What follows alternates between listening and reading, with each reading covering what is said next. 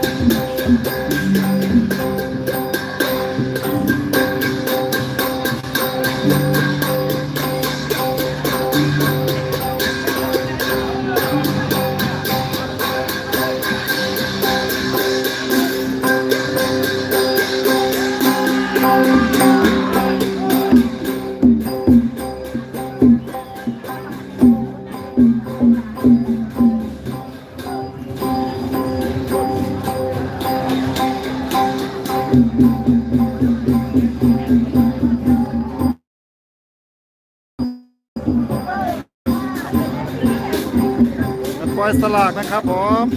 บ้านเปียงหลวงวัดเปียงหลวงนะครับผมด้วยความร่วมแรงร่วมใจของประชาชนชาวบ้านเปียงหลวงนะครับผม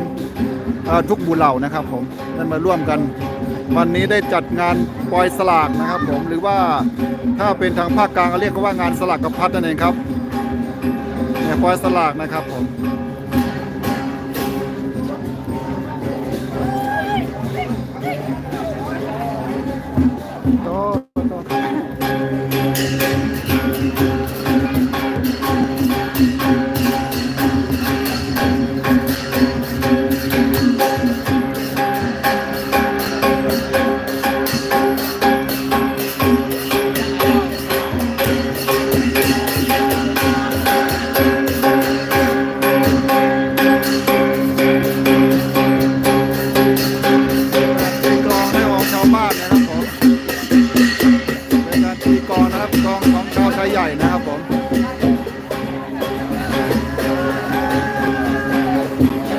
นี่เป็นการแห่นะครับผมการแห่นะครับ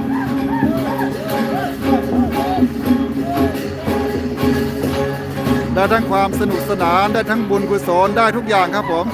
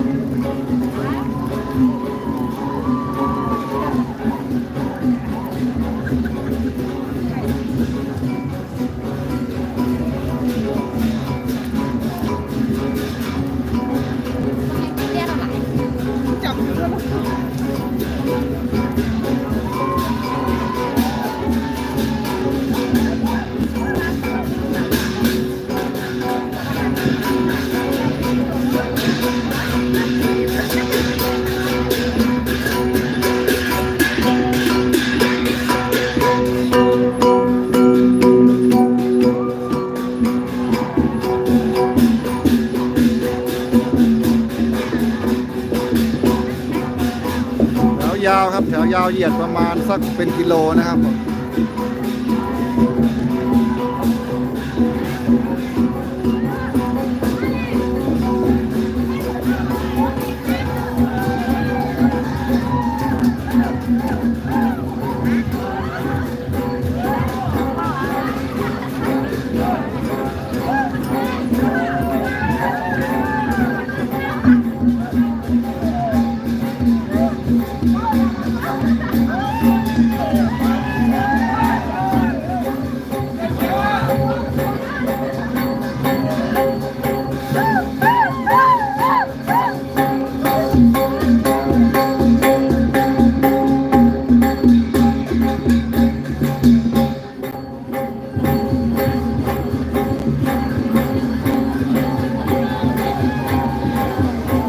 พี่น้องชาวดีซูนะครับผม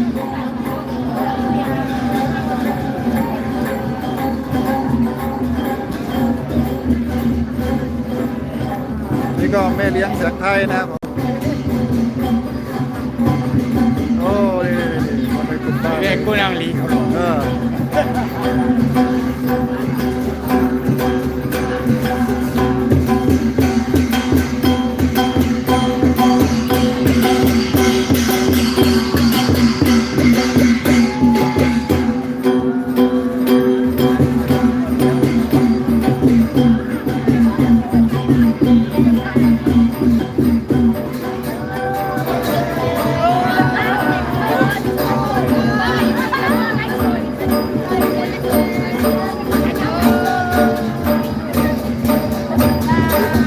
ดารา YouTube เลยนะเนี่ย